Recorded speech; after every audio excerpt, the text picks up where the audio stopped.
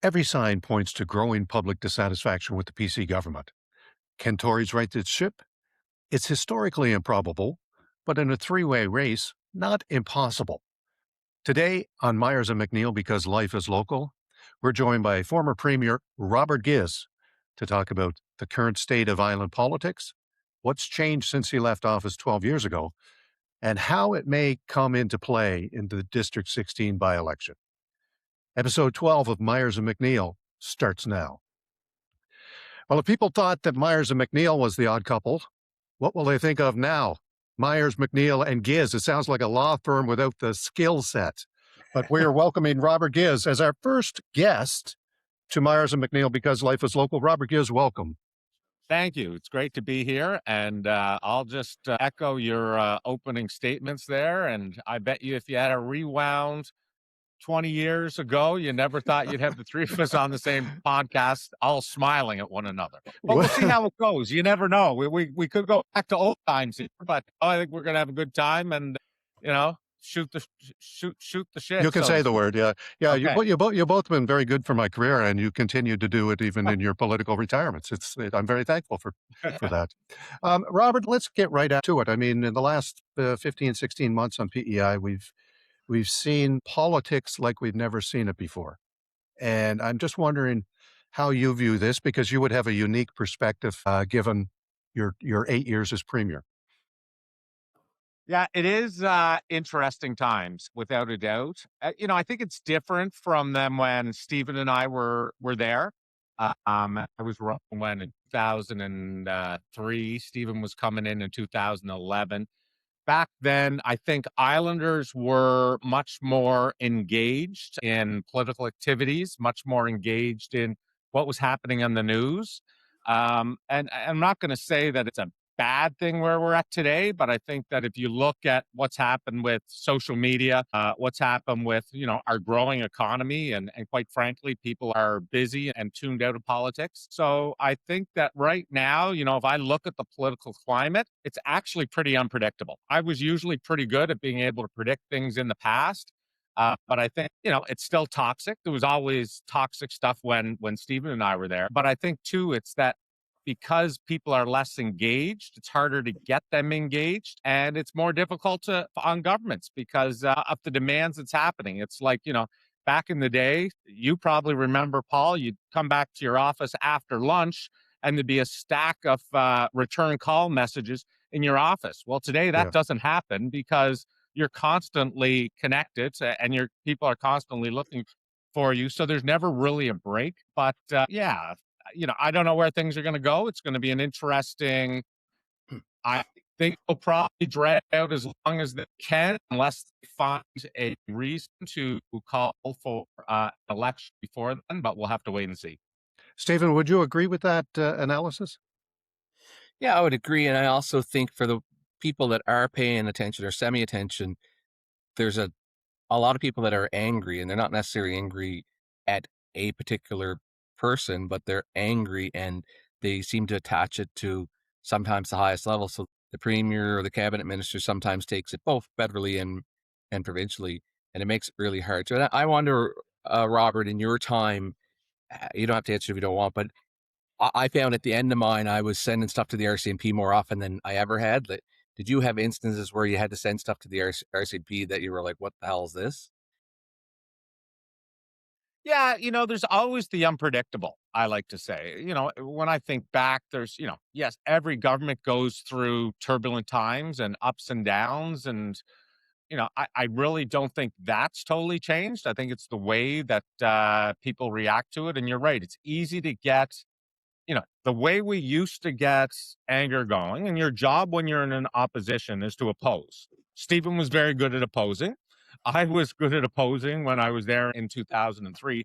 I remember when I was in opposition, there was three methods really in PEI to get out your message, to be able to get people to, one, be angry at the government, because you need them to be angry at the government so that they're willing to change their vote. You had The Guardian, you had the Eastern Graphic, the Western Graphic, and the times have changed, and now it's most politicians have taken to social media. I'm sorry to say, but when you get into a certain point of your life, you actually pay less attention to the news. So even when we're busier at soccer field or the baseball diamonds or, the hockey rinks than we are at actually paying attention to what's happening in PEI because our kids are all consuming for us. So, times change, but, we're in unprecedented territory, but at the same time, there's a lot of similarities to the past as well. Let me ask both of you this because one of the things I know there's the politicians love to go to a business and then line up employees and take a picture and call it an Instagram post, which gets almost no traction. My sense is that there's a lack of authenticity in public affairs right now. And people are sort of craving that. You think back to the Ronnie McKinleys or Stephen Myers in opposition. Authenticity matters, and we seem to have lost that. Is there any way to get it back? And do you need it to sort of be successful in politics nowadays?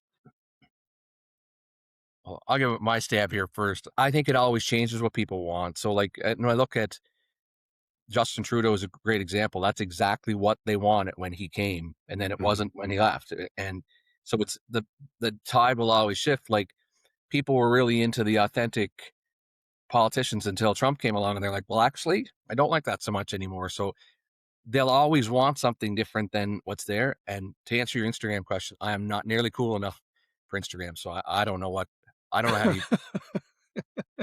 Robert? So I'll agree with Stephen on that Instagram stuff. I'm not really on there either. I might see some stuff on Facebook. That shows your age, I think, when you say that you're still on Facebook.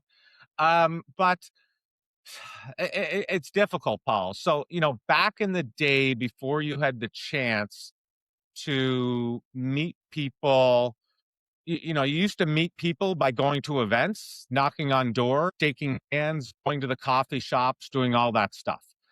Today, I guess there's a calculation, and you see it at every level of government that, yeah, they think if they get that clip, they put it online, and it's a different type of, you know, being authentic, I guess. So when I was in opposition, the biggest criticism that my own party had of me, and perhaps some of the pundits, is where is Ghiz? What's he doing?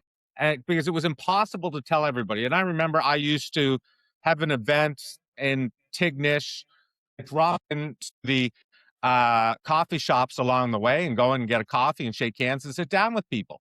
But I remember then I get back and, I get a message from somebody in Kings County saying, we're not seeing you down here. And I go, well, I was just up west today. Are you sure? And, but like today, if a politician does that, they document everything along the way and put it online so people know exactly what they're doing. But we had to do that stuff back in those days. I used to drive, when I was driving around PI, I'd have a box of Canadian flags back in the car. And if I ever saw a pole where the flag looked like it needed to be replaced, I just go and knock on a random door somewhere in rural PEI typically and introduce myself. Hi, Robert Ghiz. By the way, I saw you need a new Canadian flag. Here's a Canadian flag for you. I don't think politicians really do that today. I remember we used to have, so, you'd get a car when you're in government. And if there was a storm in the wintertime, I'd call up Richard Brown. I go, somebody's going to be stuck out there. And we're going to hop in my 4x4 and we're going to drive around the streets of Charlottetown and look to see who needs to be pushed out or dug out. Like, that's the kind of stuff you used to have to do. And that was authentic because you're doing good deeds, but at the same time, you're making yourself more well known. I don't know if you really need to do that today because you just, take a snap of yourself out shoveling your own driveway and say, oh, I'm out here doing the same thing as everybody else. So yeah, it is different times. Stephen, did you want to talk about sort of authenticity and if a politician attempts to mislead the public about where they are? Well, first I want to touch on something. Robert made me laugh because it was him that told me the flag story. And then from the time he said, this is something you could do, I did. So I always had flags in my vehicle. And I don't know if it's still a thing anymore, but I gave the box of what was left of my flags to Brendan Curran when he was running for election because it works. Like, you get to talk to, and like some of those old timers that have flags, that's a very important thing to them that they have the flag up. So you end up with really, really good conversations along the way. And I used to do that coffee shop run. And I have a funny little story. I was up in O'Leary where, there's not a whole lot of Tories. And I go into the coffee shop and I sit with a group of guys that are there, and I start talking, and they're all kind of giggling except for the guy that's sitting next to me. So finally I looked and I said, well, they're all laughing at you. What's your story? And he said, well, in 1996, I was driving the plow and I got fired. I'm like, oh boy, here we go. This is going to go downhill fast. And I said, oh yeah. I said, well, that's too bad. And I said, so what do you do now? And he said, I drive the plow. And I reached into my jacket pocket and I pulled out a notepad and I said, what's your name? And the rest of the guys at the table all roared and laughed. But those are the types of things they would have told everybody in the West that I did.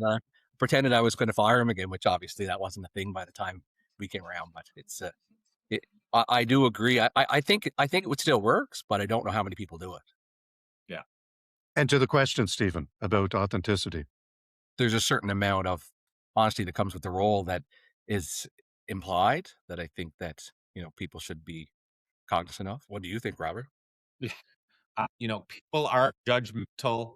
I used sometimes, if I was going on vacation, drive to Moncton and fly out of there, and then people wouldn't see me and ask me, well, where are you going? What are you doing? Because, but was that me being authentic, or was that me being too worried about perceptions that people don't like their politicians taking a vacation?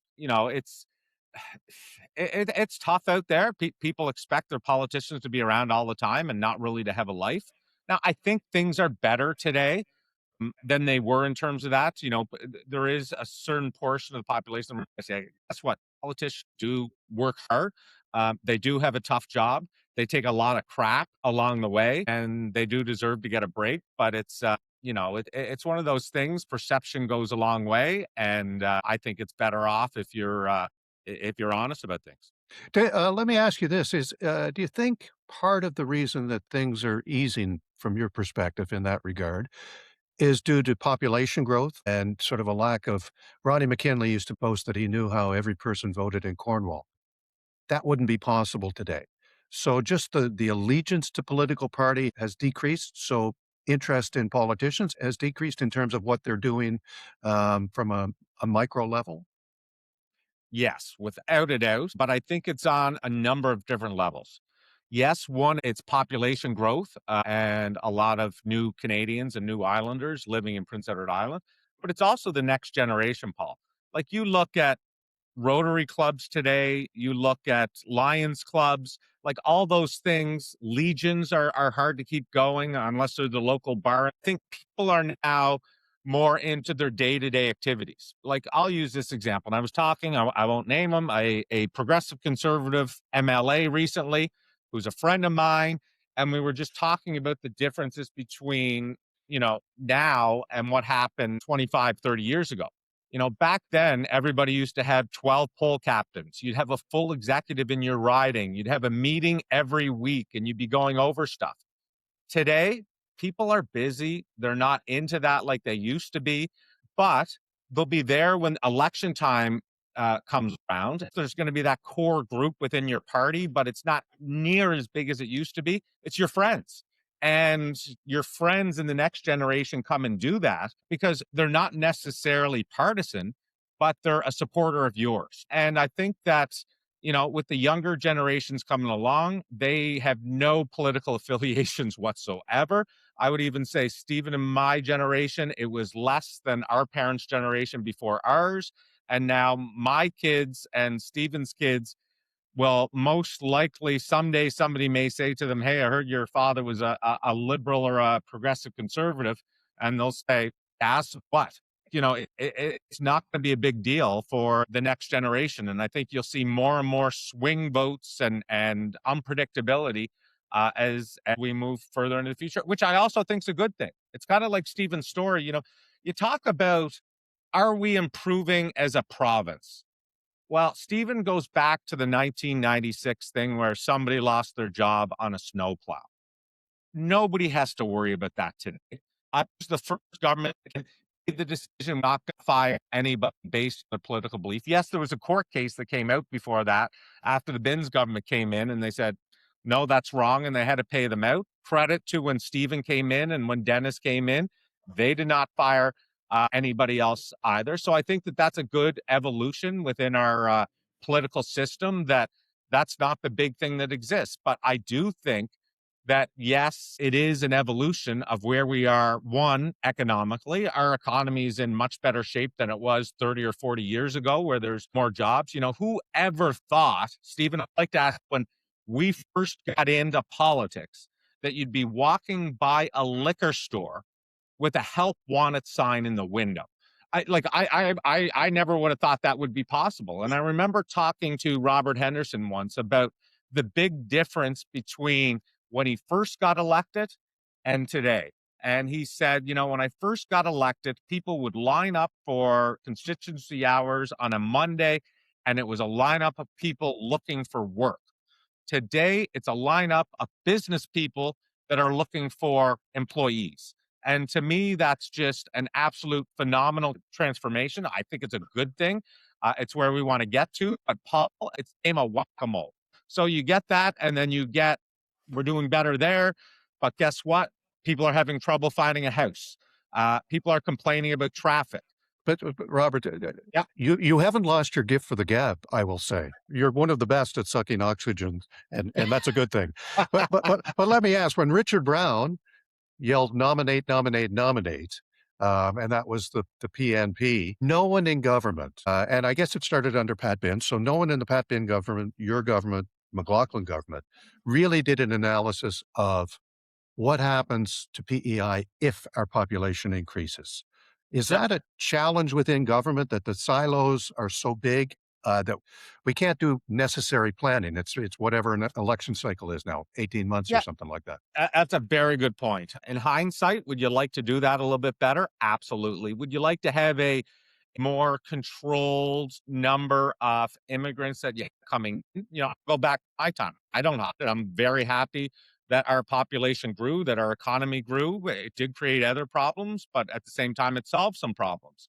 And, part of the problem we had was that we took over the same program that the previous government had, and I was happy about that. But then they were going to close down our program, the federal government, even though it was the same as the Quebec program that we were running in Prince Edward Island. And for some reason, there was some bureaucrats in Ottawa that wanted to shut us down. So basically what happened was we had a short period of time where we had to put through a whole bunch. And I think that, in hindsight, if I could have had my wish, is I would have said to the federal government to close it down, let us do an analysis where we need 400 or 500 a year to make that happen.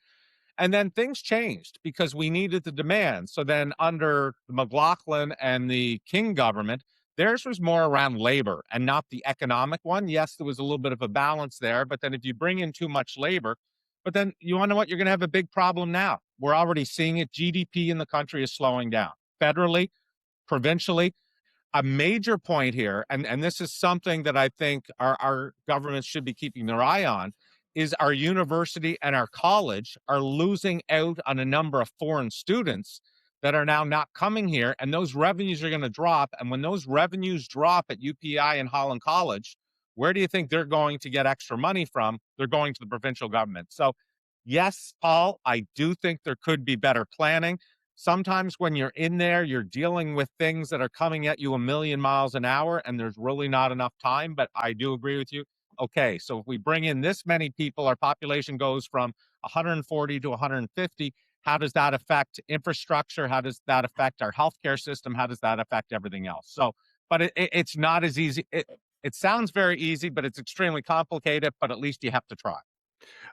Let's sort of circle back to District 16, which is going to be the epicenter of politics in this province for the next couple of weeks, and potentially beyond with the ramifications. There was a narrative regional poll out last week that showed public satisfaction in the Lance government, 55% dissatisfaction, only 16% satisfied. I mean, these are historic numbers, and not in a good way. Stephen, I'm going to give you this one because you can talk really well, but you're in no league with Robert. So I'm going to let Robert decide. If you're Rob Lance and you're trying to turn the tide back, how do you do it? Is it even possible? I don't know. That's a good question. And I mean, I haven't been out there. I was in Charlottetown actually on the weekend, and I I forgot. I usually drive out and see what the sign situation looks like on the lawns just to get a picture of how people are feeling. But I noticed that the Liberal event was really large. And obviously, I don't know how much that really means. He is the leader, so he should draw better. But I felt like they had a large event. Um, Everybody that I talk to that has data says it's close. So I don't know what that means either. If who close is good for, I sense it close is good for the Liberals, but I still wouldn't discount that the Greens might sneak in there and pull a big piece of vote out. It's interesting. I'm hearing people are dissatisfied with Robert Mitchell because he's perceived as being someone who will come in for purely personal gain and then leave. People are angry with the Conservatives, and the Conservative candidate is pretty good. I don't even think she lives in the riding. I'm not sure that that matters anymore. And Tate Willow is making a really good impact on the door. She's if someone doesn't answer, rather than just leave the card there, she writes a note, and these are little things that I think can build perception. Robert, you were there when your popularity was really high, and you were there when scandal was sort of bringing the Liberal brand down. Is there any way to rectify it? And when you're even in that bubble, are you aware, or are you just sort of surrounded by people who tell you what you want to hear or what they think you want to hear rather than what you need to hear? So first of all, politicians are, especially if you're the premier, much more aware where things are than everyone else. Parties do their Why own is that, polling. Robert? Why is Because that, Robert? parties do their own polling and they do their own analysis. So I do think that Rob Lance knows exactly where he's at. I think, when you're in opposition, you have less money. I'm not sure if the Greens and Liberals know exactly where they're at, but it is unpredictable. What's going to happen in District 16? I actually sat in a hockey parking lot yesterday and listened to your guys' last podcast on it. My God. And I thought you both did pretty good on it. There's high stakes for everybody. You need somebody there to push somebody out, or you need somebody who want it. And let's face it, the Liberals just had a leadership. Not a lot of people wanted it. We're a year later, I don't even know, less than a year later. I can see why Mitchell wants to get in the House. If you're not in the House and you're the leader of a party, it takes it's not an easy job. I did it a little while from outside the ropes, and I was begging for an election in 2003 because the longer I was outside the ropes, I thought that the harder my job was. So I can see why he's doing that. But I've listened to your guys' analysis on District 16, and I totally agree. You've got three what people would consider strong candidates for. I don't know who the NDP candidate is. But realistically, it's probably a three-person race. How much has Cornwall moved into a metropolitan area where the environment's more important than agriculture? Back in the day, agriculture was very important in Cornwall. It's going to be interesting. I think that this one here is probably a better seat for Robert Mitchell to be running in. But you want to know what? I'll give him credit. If I had been leader, I would not have put my name on the District 2 ballot. I think that it was risky, but you want to know what? Robert Mitchell is a worker. You guys have both said that, and he's going to give it his best on this by-election, so it'll be interesting to see what happens. But one quick note, and as you say, I suck up oxygen. The government calling a by-election for, I don't know what it is, July 13th. I don't know how many people are plugged in. So I think a lot of it's going to come down to organization on the party's part to get out that vote, because people are going to be wanting to go to the beach, go have a lobster sandwich, go to their kids' soccer game, the grandkids' soccer game. So I'm going to say there's going to be a very low voter turnout, most likely. So that would add credence to Liberals or Tories, I'm guessing what you're saying, because they at least instinctively have a bigger machine. Neither have momentum, but they have a bigger machine. Yeah, they have machine, but guess what? The Green Party still has a machine across the province. And if you pull all that in, they'll still have some of that. But, it's anyway, I can't predict what's going to happen. I'll just say that I was impressed with Mitchell's numbers in District 2, and we'll wait to see what happens. But it'll be phenomenal. I'll be watching the results come in, but, the three of us are in the minority. I don't know if you're aware, but Mr. Myers is on the record as saying that the premier will resign at the end of the summer. whether he likes it or not, basically. Well, I'll ask you this, Robert. I know you won't want to answer, but you live in this district. You know how liberal it is. So it's been, in my opinion, it's a longstanding liberal district. I don't see a ton of change in Brighton. So I don't see a ton of, the people who have lived in Brighton have still probably lived there. So I don't see the ton of brand new people came into Brighton. Do you think that that's a liberal riding, and do you think it's tough when the liberals are rising for a Tory to win there, regardless of who it is? I do think it leans more liberal. Yes, it does. Lance's majority last time was very good. I personally think, so here's what's going to happen is the Premier's meeting is going to be here in July. It's going to be a First Minister's meeting. They're going to get a little bump from that. Typically they do in the summertime. And then they're going to look at things in the fall and see where things stand. And yes, like you guys both said, District 16 will play a part in that. And they may look to go to the polls. Or what they do is they then hang on and wait for that existential issue, if there ever is one. Carney had one.